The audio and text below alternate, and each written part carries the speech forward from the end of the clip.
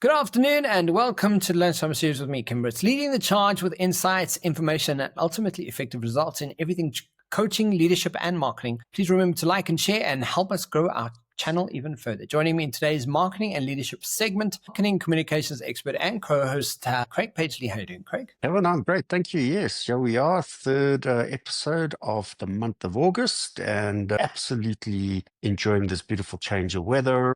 Jackets are going off, aircons are starting to come on in the office, so we know heading in the right direction. Summer's on its way. I can't wait. This winter's been, I haven't been a happy camper with this winter, but yeah.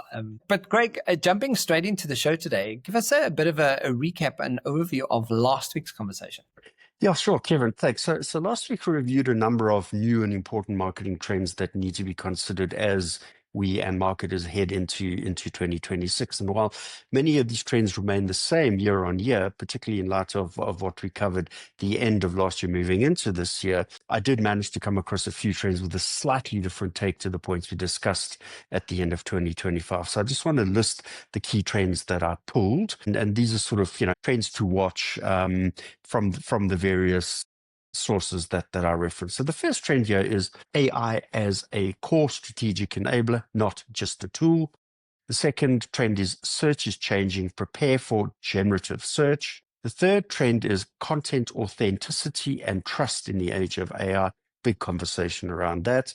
The fourth trend is community commerce is outpacing influencer marketing, and really that is one of my favorite trends. The fifth trend is sustainable messaging requires proof, not promise. The sixth trend is first-party data becomes the new marketing currency. Actually, that has been in place for a while. It's just really solidified. The seventh trend is cultural relevance is now a competitive advantage, very much along the lines of the community commerce aspect, really two powerful trends for me.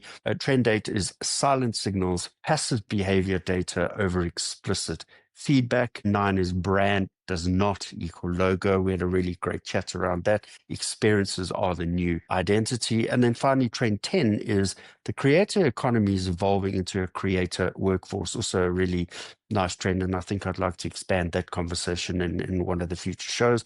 But just to remind our listeners, there's also a great summary of shifts chart that we discussed, Kevin, and really these provide a description of the shifts in that particular trend from 2024 to 2025. It sets a sort of a good reference point to see how they shift into 2026. An example of that, for instance, the trend AI as a core enabler, the status here is that the trend has evolved, and the key shift is actually it's evolved from enhancement to core embedded infrastructure, Kevin. Fantastic, Greg. And guys, if you want to go and check it out, a fascinating conversation about the top 10 key trends to watch out for 2026 coming our way.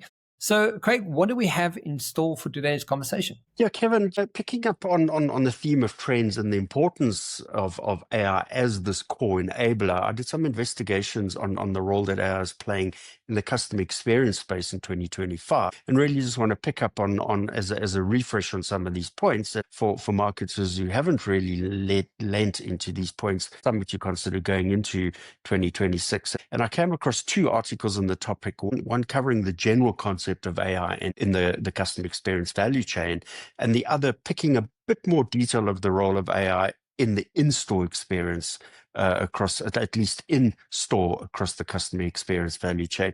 And really just to sort of break the conversation away, but Kevin, I think this is sort of predicated on the end of the conversation we had relative to the impact of AI causing marketers to change campaigning more frequently and at a much more rapid space. And my concern was that brands are losing the authenticity, they're losing the opportunity of embedding brand relevance and brand building in that. And I just did a bit of a sort of top-up research on that this morning, and I just want to pick up on 2 or 3 points to really position the concern that I had and validate the statement that AI is causing disruption to campaigning and possibly negatively.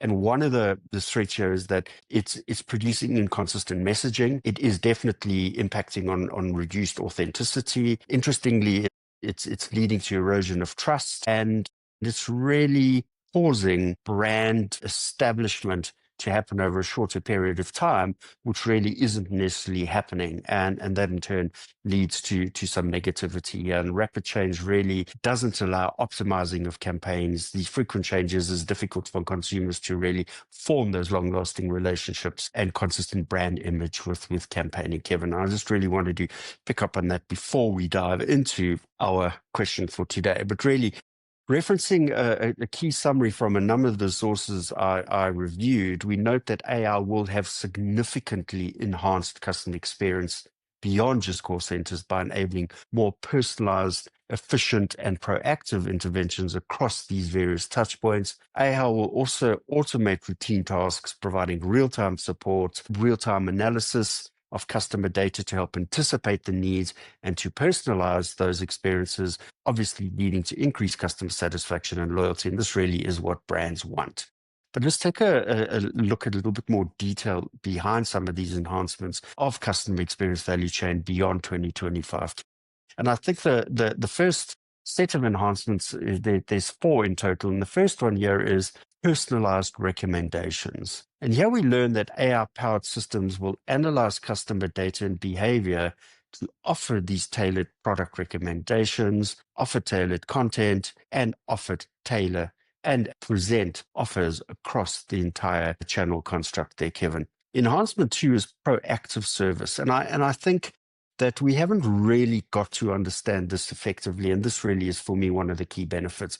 Here we learn that AI can predict potential issues and proactively offer solutions, preventing problems before they escalate. And the whole proactive self-service component is a key area of focus for us.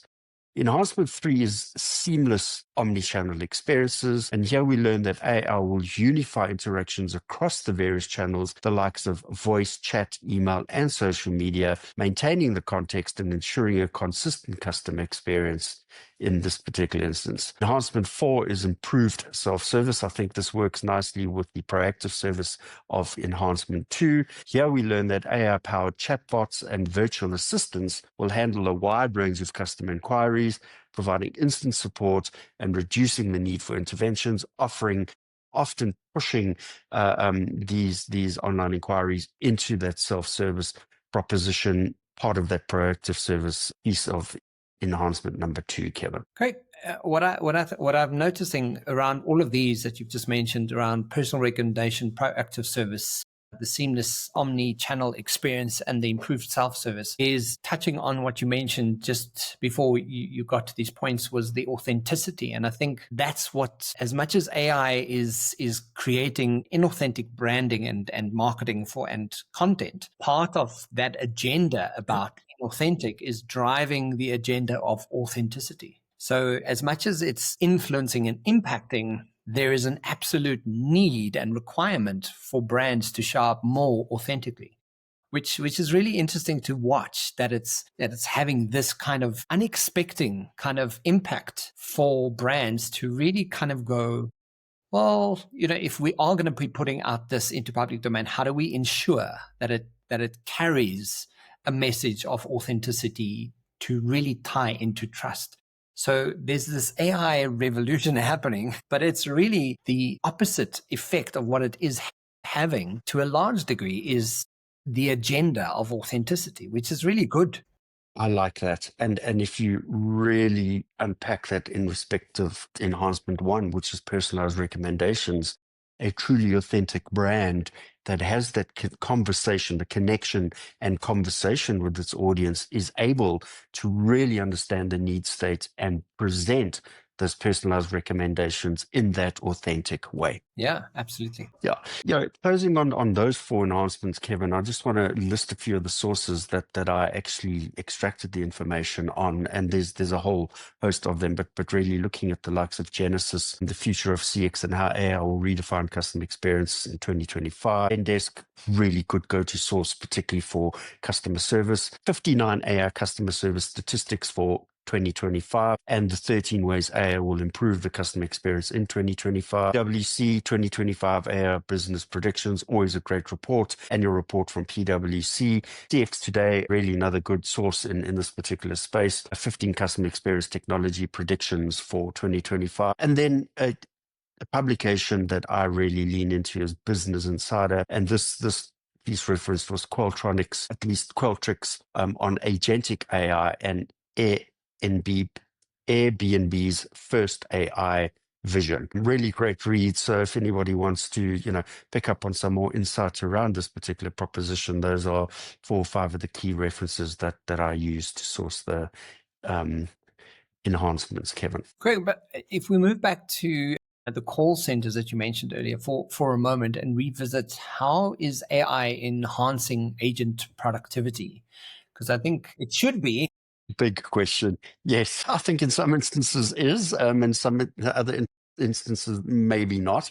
But no, by automating the routine tasks and providing these real-time assistance opportunities, AI will definitely free up the human agents, Kevin, to focus on those more complex and nuanced customer needs, leading to higher agent efficiency and satisfaction. And the proof point there as well is, being able to hand off somebody into a improved self-service proposition when the agent knows that particular platform is able to deal with the queries that particular customer is inquiring on. So really being able, and again, I think this goes to the training of the agents, is to know when to hand off or when to stay close to the individual, because that's really going to drive the loyalty aspect. Let's take a look at the call center enhancements in a bit more detail, Kevin. Here, probably about 5 or 6 versus the 4 of the previous section. Enhancement 1 here is generative AI for agents. And here we learn that AI will assist agents with real-time summaries, auto responses, and suggestions, improving their performance and efficiency, answering your question right away up front. Enhancement 2 is predictive analysis for churn prevention.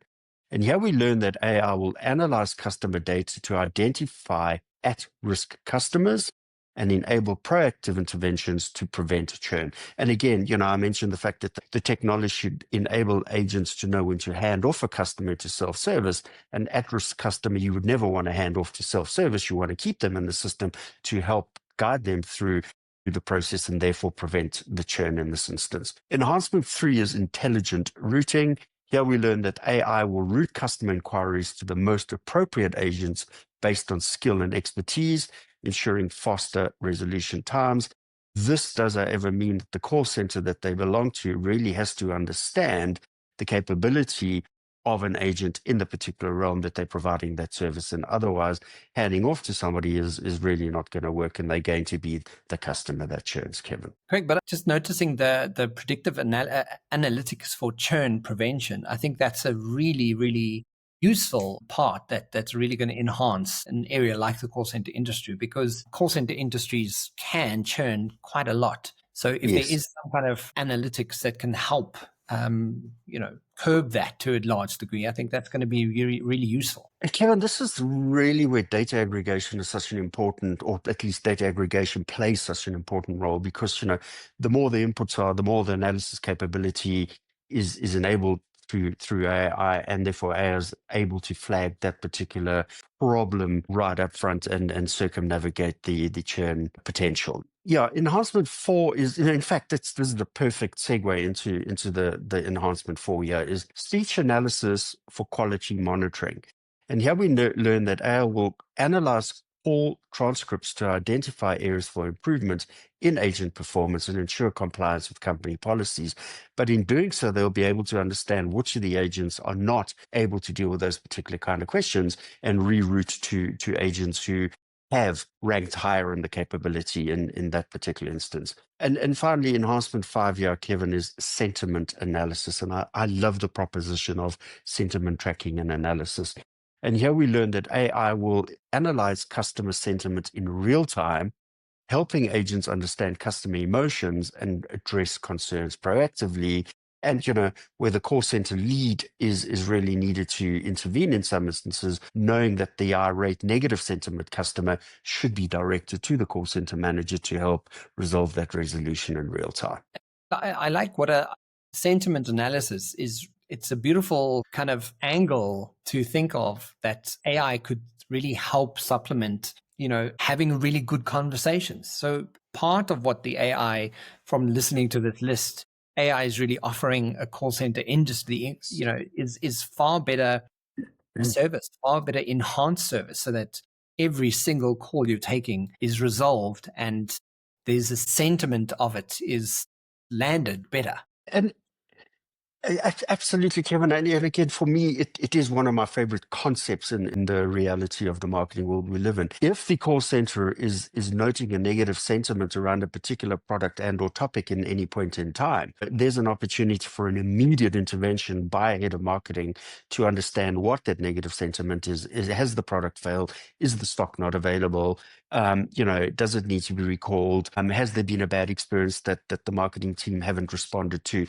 And get the marketing team in real time to get to understand the takeout of that sentiment and very quickly communicate that back into the marketplace, whether through websites, social media, whatever it may be. But at the same time, if it's positive sentiment, how do you use that to celebrate and get that right into the billboard in real time to acknowledge a great moment and things like that, and really, give an uplift to the positive sentiment aspect of the brand. Don't shy away from the negative, use the negative understanding, put some course correction in place. Craig, just not to sound like a broken record, but that's what's so exciting about what AI does offer is we've Yes. never been here. We've never been in a position where through the analysis of language and the sentiment of what a product is doing is delivering information and data to that degree. Like, we've never been here. So who knows how that's going to push how brands sell anything or do anything. It's a fascinating world we're living in right now.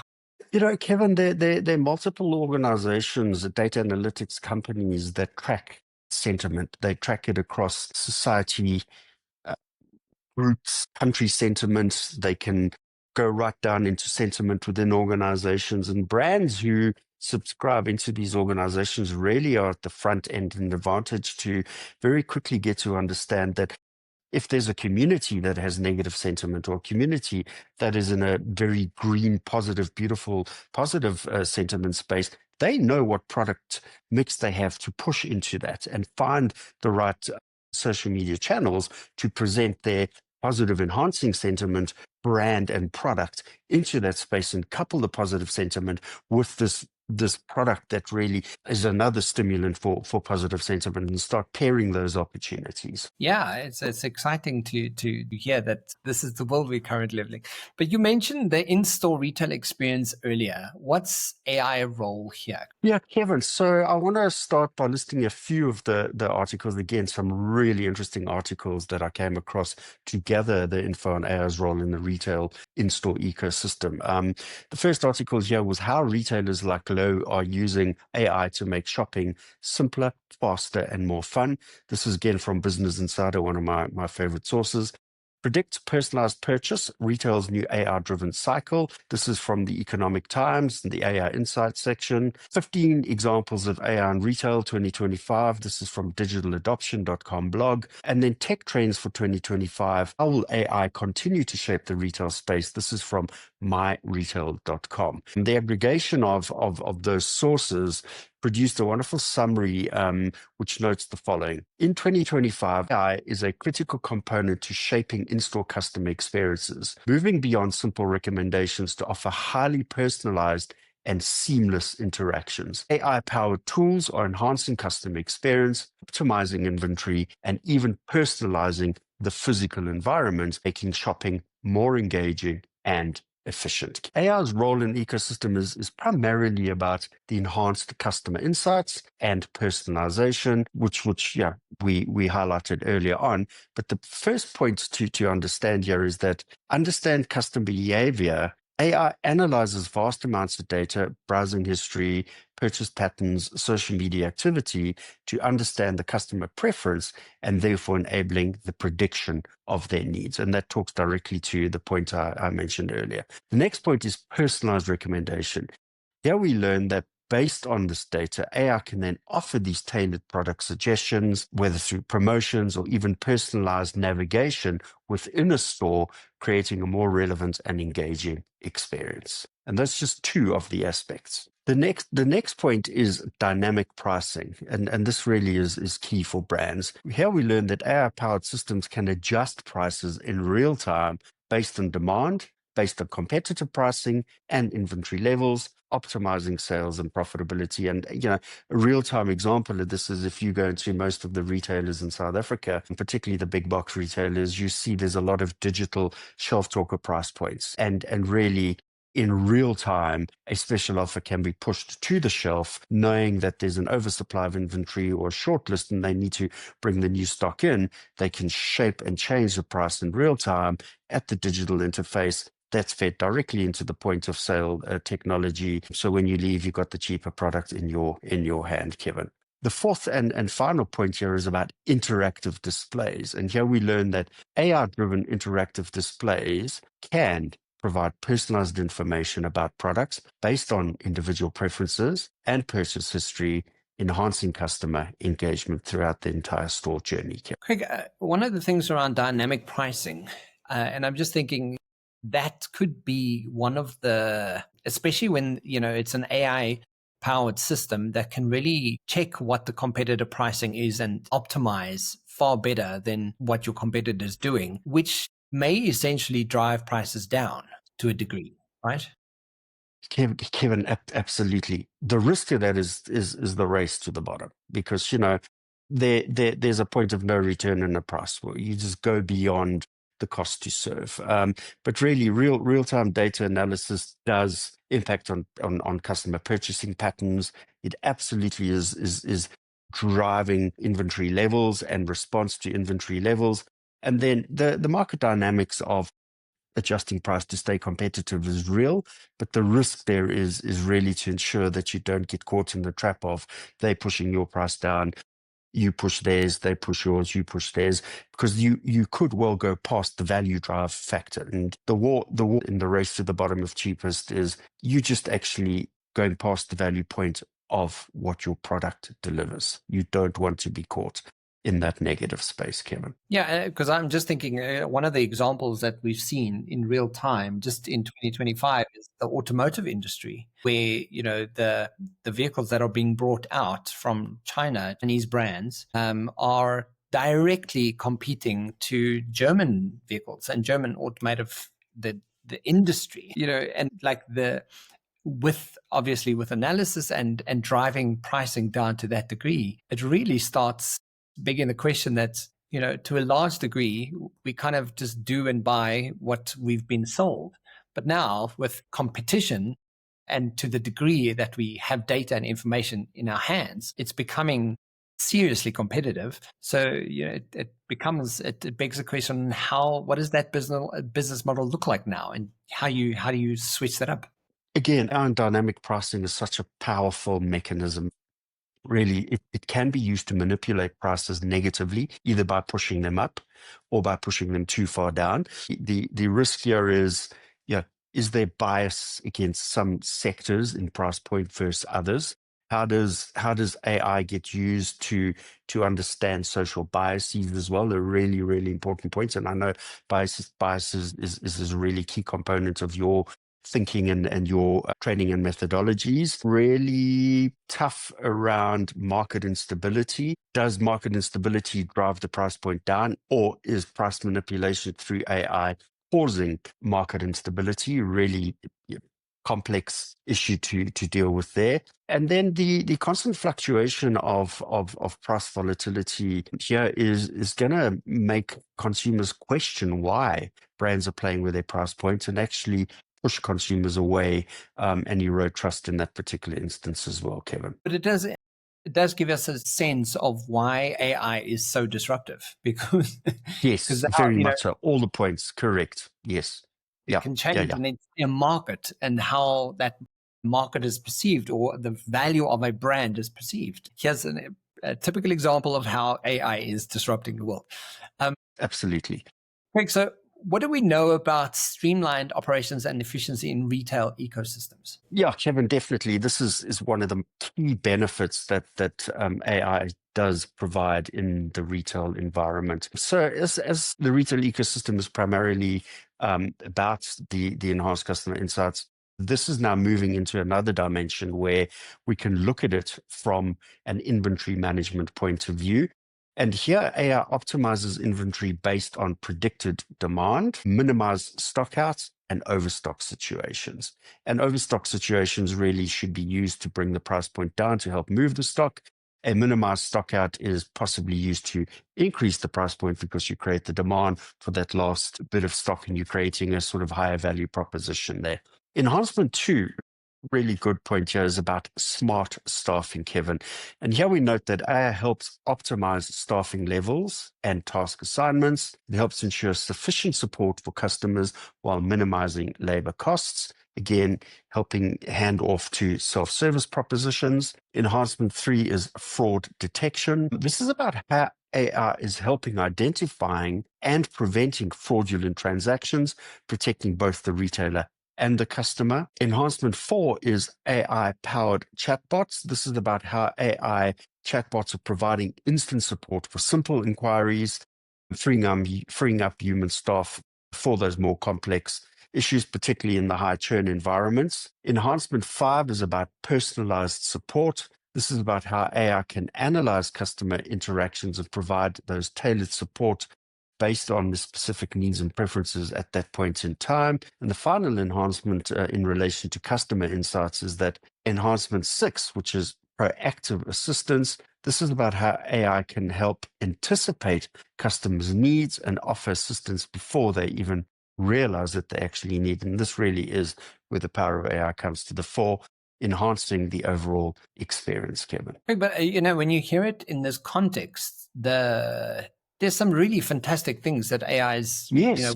support with. As much as it's saying we use the word disruption, part of that disruption is a really good thing.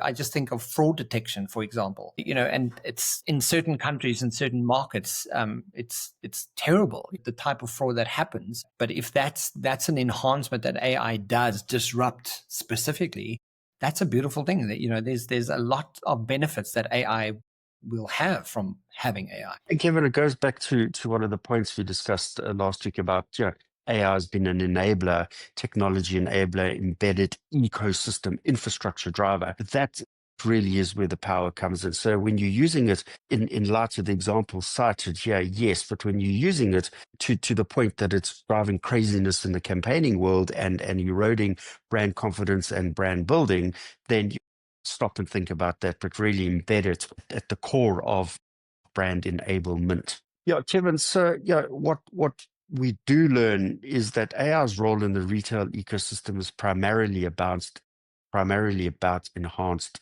customer insights, but we must remember that the impact AI has in providing a seamless omni-channel experience. And there are two key benefits that really stood out. The first here is benefit one is data integration. And here we note that AI connects data across all channels, online, in-store, mobile, to create this unified customer experience. And then the second key benefit here is personalized continuity, and it's a lovely phrase that. Here we note that AI ensures that a customer's journey is consistent across all those touch points that I mentioned, whether they start online and finish in store or vice versa, Kevin. So are there any standout trends for AI in retail? Kevin, yeah, three sort of future trends to be aware of. These pulled out of the collective of the articles. Future trend one here is agentic AI. And this is about how AI systems are becoming more proactive, how they're anticipating customer needs, and how they're managing complex tasks autonomously. Again, really important to have the right data inputs. Future trend 2 is about generative AI. And what we learn here is that generative AI is expected to play a much larger role in creating these personalized content pillars and experiences for customers. And then the third future trend to consider is to continue assessing in the ones we're acutely aware of. This is augmented reality. And here we note that AR's applications powered by AR are expected to enhance the in-store shopping experience by overlaying information and visual experiences onto the physical environment. So bringing the augmented reality in-store, which we've covered about 2 years ago. But really, we clearly are reminded that AR is no longer a futuristic concept in retail, Kevin.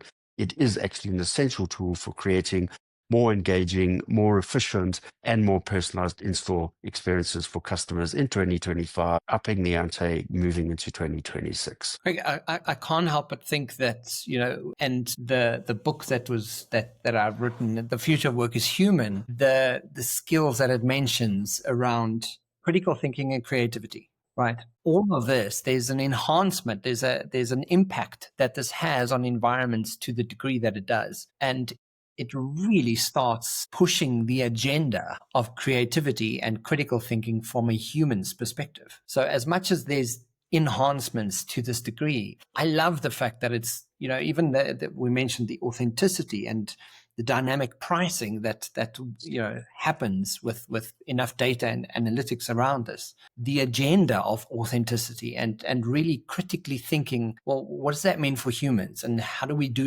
even better if we have? Because essentially, up until now, we've had this wonderful way of doing business and marketing and branding and following the data. But now we have this at an exponential level and at the speed that we don't necessarily anticipate. But that does beg the question. So how are we critically thinking through what's next? And how do we creatively come up with what's next? I love the fact that you brought in the future of work as human, that the human aspect, Kevin, because it's a perfect segue to a paragraph that I selected to close off my contribution today. And I want to quote this paragraph from another article I came across on retailglobal.com.au, the blog section. The article was published as recently as the 7th of August, Kevin. The article is titled How AI is Transforming the Retail Customer Experience in 2025 and Beyond. The paragraph reads as follows. It isn't about wanting to replace human interactions or even staff numbers from retail. It's about having powerful tools that can enhance the retail experience for customers vis-a-vis humans and offer strong competitive edge for retailers. Retailers who embrace AI not just as a tool, but as a partner in the customer experience for humans will be the ones that thrive. And that's it from our side. I love that. And strangely enough, I used AI for this, but I was like, give us a good quote. Like if we can find a good quote that supports this conversation today. Satya Nadella is the chairman and CEO of Microsoft. He's widely Absolutely phenomenal, man. Microsoft's culture and strategy since taking the role of 2014. And the quote from him says, in the age of AI, the companies that win will be those that stay human. Beautiful. So, yeah, right. I think we're definitely onto something, Craig. But it really gives us a good insight of what the world of AI will be like and how it is busy impacting to the degree it is, but yet also pushing the agenda and highlighting these very human qualities like trust in a brand. Like how do we build that authenticity and trust from everything you're marketing, everything you're experiencing? How do we bring the human experience back into why anyone would believe or trust a brand? It's beautiful. And Kevin, it's about never be scared of AI. Just get to understand what the positives and negatives are in respect of its point of use at that moment in time. Yeah. And I think what people are missing to a large degree is because they don't necessarily understand it or engage with it or play with it to that degree that they should. They think it's this foreign kind of, but yet humans created AI. We created it. So why would we be scared of it, right? Rather lean seriously into what it is and what it can do and play with that and see what that looks like. Because if we don't, and I've been saying it for a while now, is the people who really start understanding what the future of work looks like and starts understanding where are we playing here. The companies that are doing that and are driving to stay more human, to build that human element and experience, those are the brands that will actively win the race. Absolutely. Fantastic. I love it, Craig. Thanks for the insights and information. Guys, if you catch us every Wednesday and Thursday on the Lunchtime Series, wherever you get your podcasts, myself and Craig, have a fantastic week, and we will chat to you soon. Cheers for now. Thanks, Kevin. Have a great end to the week. You too. Cheers.